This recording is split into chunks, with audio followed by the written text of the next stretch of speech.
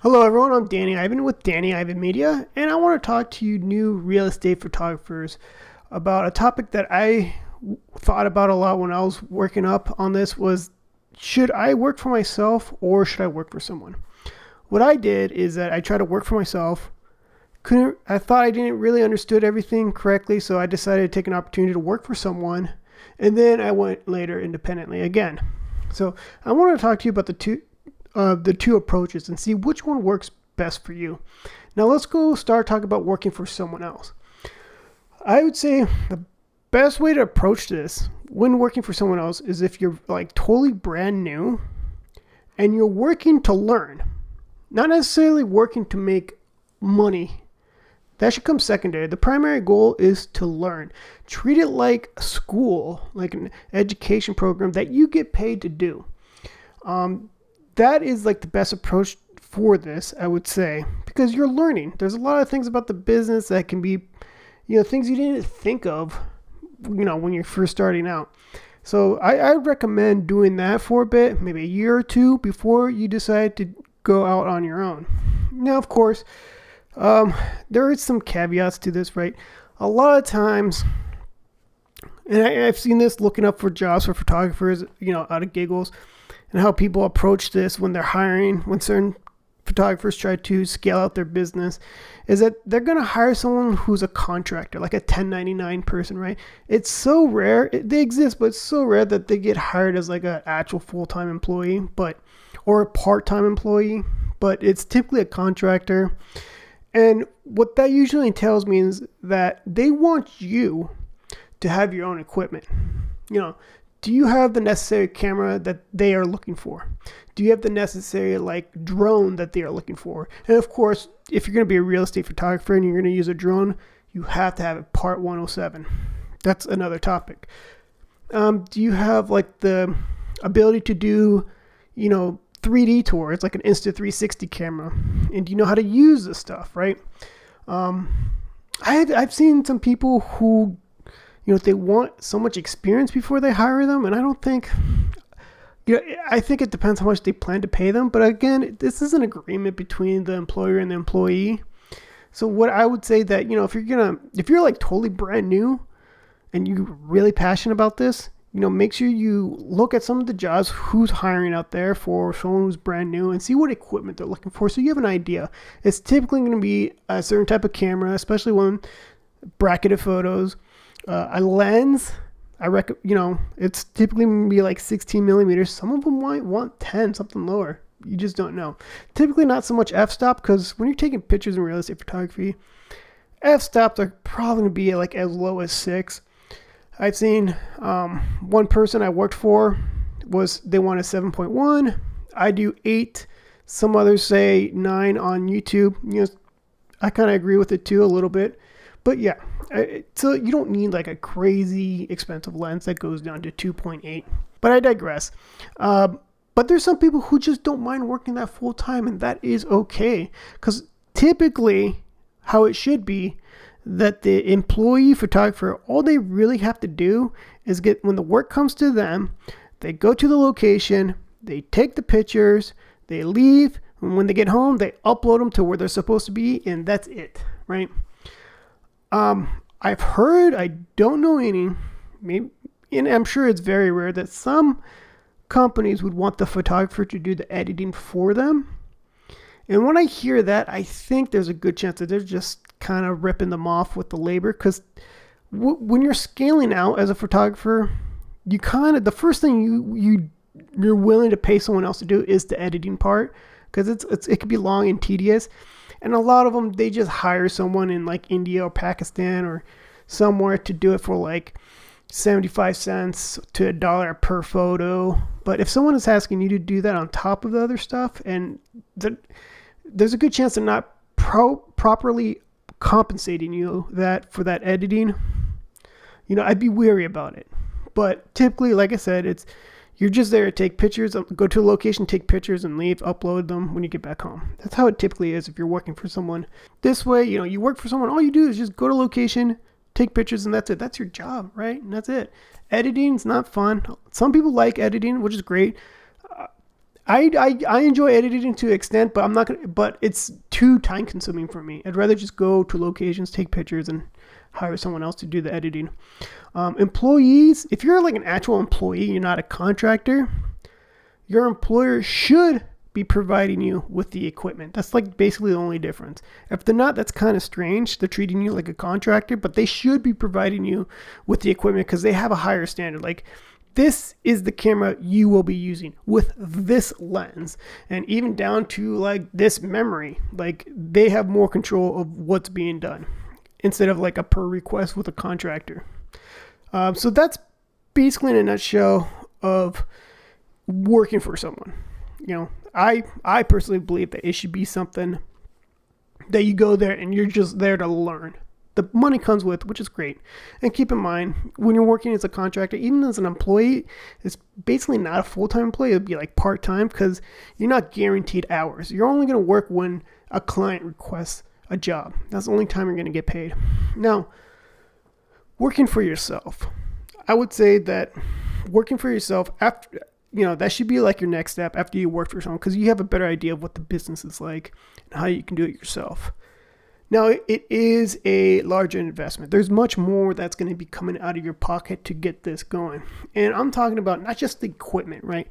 It's going to be like investing into a website, maybe a Dropbox that you have to invest into, or something like a Google Drive, expanded memory, or editing softwares as well, or paying someone to do the editing. That's going to be your money versus the employer. Business cards, flyers, there's other things that's going to be involved in the initial investment and continuous investment of a business running on your own.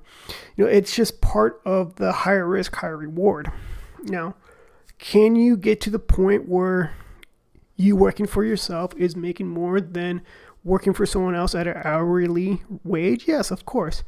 But I want to emphasize that you're going to have to find that work for yourself. The employer is not going to find you the work. You have to do it yourself. So it's another thing you have to think about that's going to be time consuming is finding the work, finding the clients.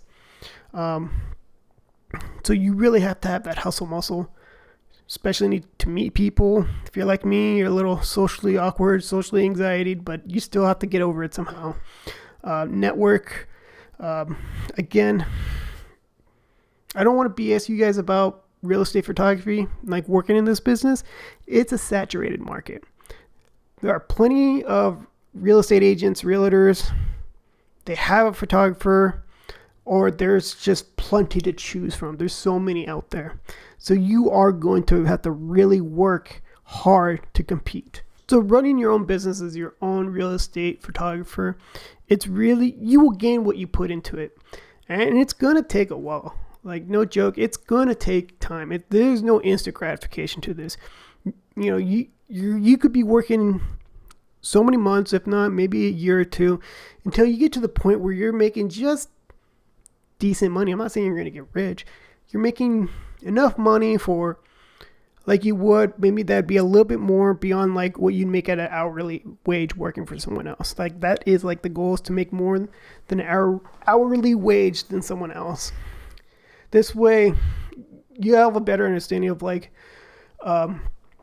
cash flow. Like, you get money from a client, okay, then you got to pay, the website, then you got to pay like if you expand out and edit. If you don't edit your own photos, you pay for someone else to edit for you, whether it's someone in Pakistan, or I recommend using Auto HDR, who is the sponsor of this video. So this is what Auto HDR looks like. It's very simple, and there's just a spot where you drop your entire workload basically. So like, let me show you for an example. Like, I have here is that was too big.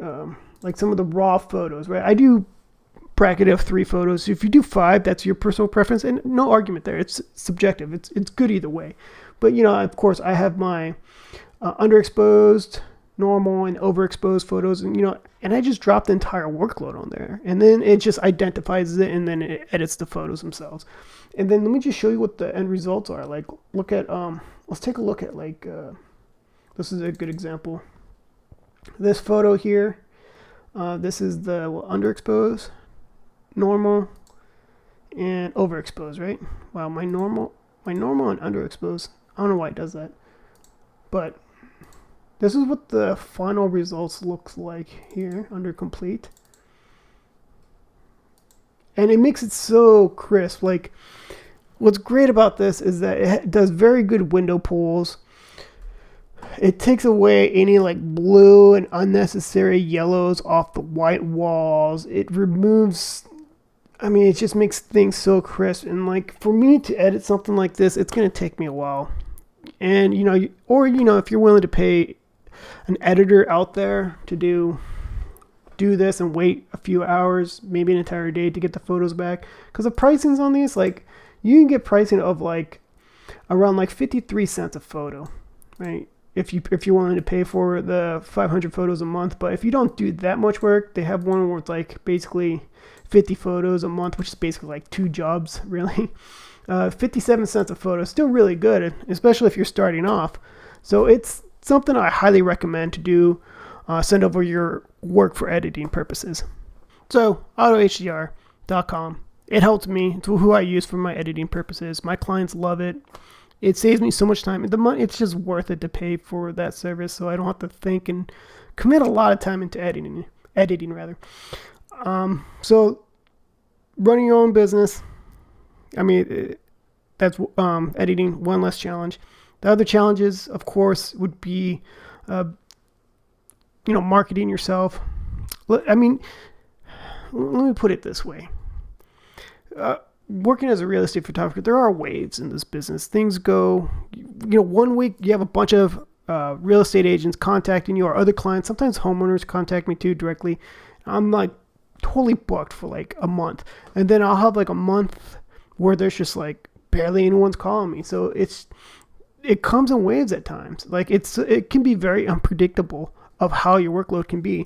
And during that time when there's downtime, those are the moments you have to really work. I think this is like probably the most critical, because it's like going back to step 1 of like trying to find clients again.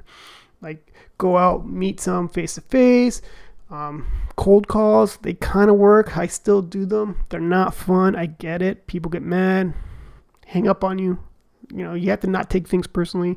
Some social media works. At least like build your social media presence, show your work, keep posting of what you've done. That helps so much, because that's one way people find me, is through social media. They've seen the work I've done. They want the same for their clients.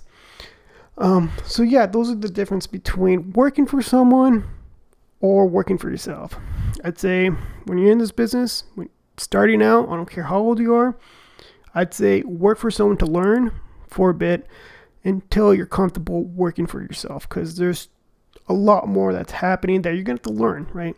Building a website, finding clients, editing, whether it's you pay someone else to edit or you go to that AutoHDR.com, social media, SEOs, websites, like a lot of it.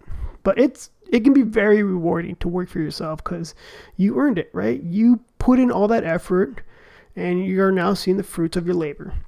And you can get to the point where you're making a good amount of money where it's comfortable living. It's where I am right now. It's just I'm at the point where I'm just beyond better than an hourly wage.